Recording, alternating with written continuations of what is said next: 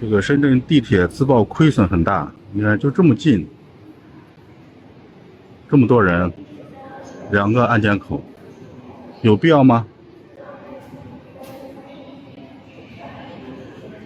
？700万买的房子，现在就值30万，短短的8年时间，700万蒸发了。2017年，我和老公总计花700万在燕郊买了一套136平米的房子，现在200万卖出去都困难。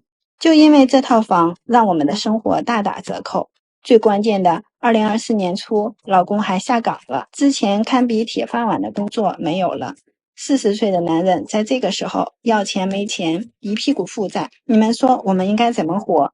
姐妹们，天都塌了！去年16000上车买的房，不到1年的时间，现在已经跌到12000了，就是纯纯血亏40万。我跟我老公心都碎了，就碎成渣了，生无可恋。只要一想到这个事情，都特别难受。这就是我们去年盲目买房的一个代价，只考虑到自己的需求，没有去太多的考虑市场的形势，就觉得自己刚需呗，实在要买这个房子，那还不如早去买。所以从我们看房到订房不到1周的时间，也就看了4、5个楼盘吧，火急火燎就把这个房子买了。啊，现在真的肠子都悔青了，就觉得这个房买的还不如不买，就也没有那种幸福感，每个月还背着房贷。所以姐妹们，如果说目前你有买房的想法，一定要三思而后行，想好了再买，不要太着急，谨慎一些。毕竟买房是我们人生中的一件大事，尤其现在这样的一个大环境，我们一年要赚个几十万也是特别的不容易。赚钱难，花钱简单，但是在大事情上，花钱还是要小心为好。想清楚了，谨慎再谨慎。过去20多年来，地铁一度被视为是城市迈向现代化的重要的象征，各地政府争相投入巨额资金，大力推动新线建设，争抢政绩。然而呢，连年亏损，债务日积月累，时至今日，地铁反而成了地方财政的沉重的负担。看了这个图片，我终于知道为什么北京地铁会亏损了。一个出口7个安检，一个站点按最少的4个出口算，再加上其他票务，一个站点每班至少30人，一天2班的就是60个人，再算上调休的就是84人，一共646个站点，保守估计55000人，每人每天工资按照最低的200算吧，就只算安保人员的花费，每天就是1100万。每天客运量620万人次，每人按5元算，收入是将近100万，有超30%的成本都发给保安了。再算算保洁、司机、客服、维修、设备损耗、电费，不亏才怪。抖音，地铁难以实现盈利，主要是因为建设投入过于昂贵。以上海地铁19号线为例，其每公里造价高达20亿元。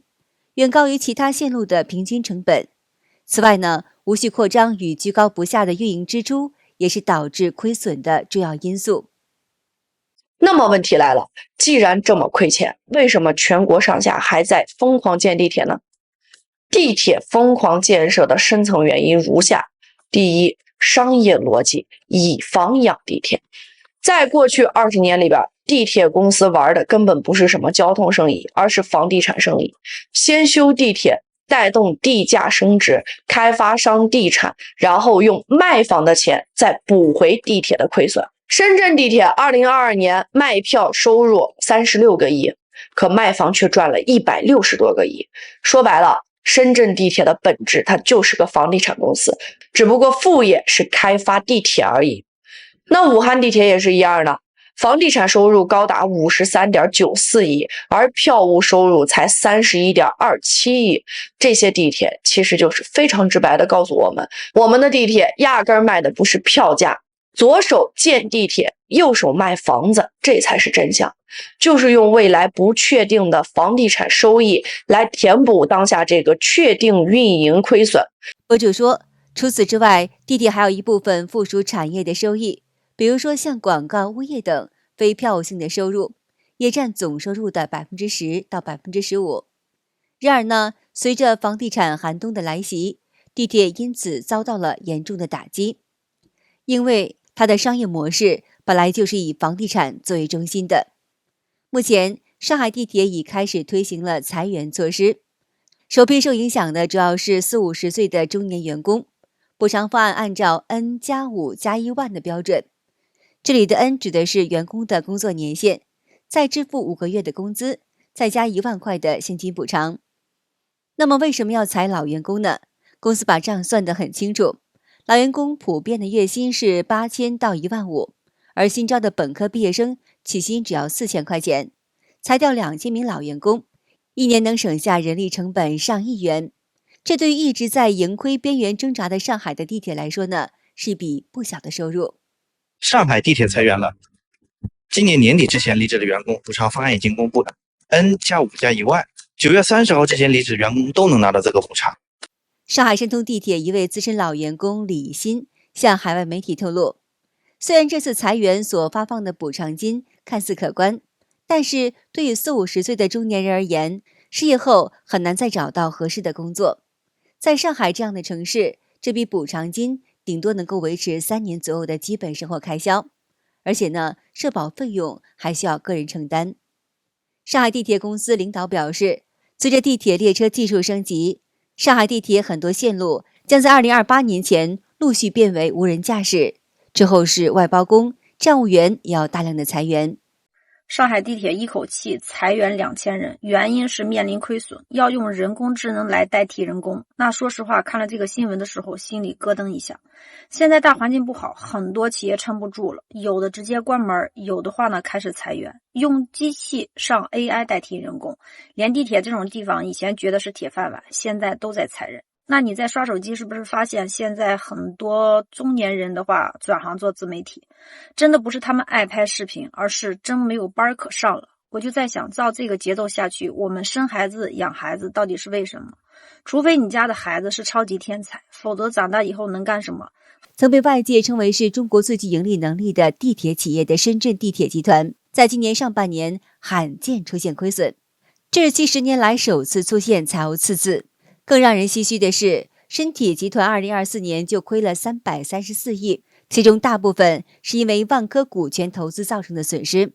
深铁为什么这么拼？因为他们是万科第一大股东，持股27%。2017年，深铁花了664亿买下了这些股权。现在万科要是倒了，这笔投资直接打水漂，所以深铁现在是骑虎难下，只能是硬着头皮继续书写。房子卖不动，把中国最赚钱的地铁暴击了，一年亏完了5年的利润。最近是深圳地铁集团发的公告，去年亏损了334.6亿。要知道，从2019年到2023年这5年时间，深铁一共是赚了273亿的净利润，一年亏完5年挣的钱，这是因为地铁没人坐吗？去年深圳地铁的客运量超过31亿人次，创下历史新高。它的地铁还有铁路运营等业务，去年收入是将近130亿，涨了 26.7%， 而亏钱主要就是被房地产和万科给坑的。2017年深铁集团怒砸664亿，成了万科集团第一大股东，到现在他手里还有超过 27% 的万科的股份。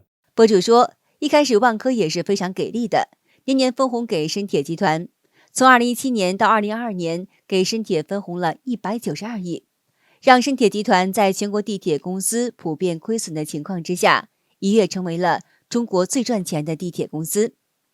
由于房地产市场陷入了寒冬，万科遭遇严重的财务困境，连带着使深铁集团受到牵连。去年万科净亏损达到495亿元，深铁盈利也因此大幅下滑。为了救万科，深铁持续提供资金的支持，仅今年1年，深铁就向万科注入了103亿元的资金。不开玩笑啊，我们深圳市民每坐一次地铁就是在给万科续命。这几天呢，深圳地铁又借钱给万科了20.64亿。那今年到现在9个月时间，深圳地铁已经给万科输了8次血了，总共呢259亿，平均每天1个小目标。那大家有没有觉得现在深铁已经有点骑虎难下了？因为砸这么多钱进去啊，止损是不可能止损的，必须要耗到万科挺过来那一天，否则呢，这个万科一倒啊，前面的投入全打水漂了。博主说，深铁不救万科不行，因为这个沉没成本太高了。深铁现在只有万科大概不到30%的股份，占到了自身总资产的10%以上。自从2017年砸钱入股万科以来呢，深铁累计投入将近1000个亿了。那万科什么时候能从困境中走出来呢？从目前来看，万科这个坑是很深的。今年上半年，万科巨亏了119亿，销售额暴跌了差不多50%，这还是在深铁不断输血的情况呢。如果深铁不输血，万科早就凉了。2024年，深圳地铁全年人流量达到31个亿，是全国人流量最大的，但是呢，却亏损了300多个亿，这是为什么呢？这位博主表示，深圳地铁是靠着房地产、靠着周边的收入、靠着国家补贴在支撑，但是房地产爆雷了，深铁也受到重大打击。尤其是我们现在的建筑行业可能准备熬到头了。为什么这么说呢？深圳地铁它的盈利模式是轨道加地产模式，你往哪里开地铁，那个地方房价有起来，通过卖地和配套设施去赚这个钱呢，并不是靠这个车票赚钱的。那去年的车票可能就卖200多个亿也不到，北京呢是卖90多个亿，纯的靠补贴去运转这个地铁公司。从20年8月份的3道红线出来了之后，房地产企业不行了，21年1月1号的时候开始实施，地产的价格不断的下降，交付的楼盘拍卖的地就越来越少。地铁的营收本来是几个方向的，现在只剩卖票，还有一些商业的租赁了，所以它是亏损了300多个亿。这让人不禁感慨啊！曾经被视为城市现代化标志的地铁，怎么就成了吃人不吐骨头的吞金兽了呢？因为地铁作为最典型的超前基建，从建设之初就是一场豪赌，赌房价永远不会跌，赌经济永远高速增长，赌债务永远不用还。以佛山为例，应该很多人都想过一个问题，就是地铁为什么总喜欢往没人的地方修呢？你看佛山，明明人口近1000万，按理说应该不缺客流，但你看佛山的地铁3号线，却非要绕开容柜20万人的社区，拐去无人的远郊，服务呢新楼盘。为了赌房价还会涨，结果呢就是全市地铁满载率呢不足10%，长期依靠巨额财政补贴，但补贴后依然连续2年亏损过亿。博主说，2005年深圳地铁还只有13公里，但是到了2024年已经接近了500公里了。这种超前布局赌的就是经济高速的增长，人口不断增加，城区面积持续的扩大。结果呢，客流最少的碧桐线只有1.9万人次，而维护成本却高得惊人。这场地铁亏损潮的背后，实际上就是一场持续多年的击鼓传花的游戏。玩法非常简单，就是先规划地铁，然后拉升沿线的地价，再高的地价卖地，用卖地的收入补贴地铁运营，然后呢，新地铁继续延伸，继续炒地，继续借钱。在经济高速增长、房价只涨不跌的年代，这套模式呢，堪称是永动机了。但如今呢，游戏结束了。当土地财政退潮，这些超前建设的地铁未来只有3种结局：要么涨价求生，向香港看齐，坐一趟地铁花20多块钱；要么就是停运拆除，步珠海的后尘。珠海耗费30亿的有轨电车，就是因为长期亏损，最终停运拆除。那么还有一种结局，就是学习佛山的停电模式，降本增效。这不仅是地铁的困境，更是整个时代的缩影。靠泡沫撑起的繁荣，总有一天要人买单。房产泡沫一旦破灭，受伤的不只是地铁公司，许多普通人也深受其害。有些人买房后，房价大幅下跌，资产瞬间缩水，甚至连首付款都打了水漂。辛苦积攒的积蓄一夜之间化为了乌有。2020年在深圳买房是我们这辈子做过最错误的决定。这个错误的决定让我们多奋斗了20年。记得2020年那时，深圳房价一路高歌，一天一个价，感觉迟一天买又要多付10几万甚至几十万。当时上车时是多开心，现在就有多绝望，多窒息。才住了5年就已经跌了200万。我和老公都来自农村，没有背景，没有资源，都是普通的家庭，无人帮衬，靠我们每个月辛辛苦苦打工，省吃俭用，加班到凌晨，一点一滴的累积的血汗钱，我们成了最肥的韭菜。我把房子卖掉了，不到3年，亏了115万。我在6月份的时候挂牌，然后我想着我家的房子朝向楼层，当时都是买的最贵的，就挂了一个当时在售房源的平均价，心想也差不多了，然后就在家附近找了大大小小10几家中介吧，全部都挂上去。有一些小中介的路子特别野，他挂的价格就是我给他报的再低个8万甚至10万，目的就为了引流嘛。但就算是这样，没有人，别说看房了，连问价的都没有。博主说他只能是降价，然后慢慢的有人看房了，最终终于成交了，卖掉房子，剩下的钱刚好可以还银行的房贷。那么也就是说，他买房的时候交的60万的首付，这几年40万的月供，还有10万块的装修，一共是115万，全部都化为了乌有。卖房止损，按理应该是高兴吧，但他一点都高兴不起来，有一种五味杂陈的感觉。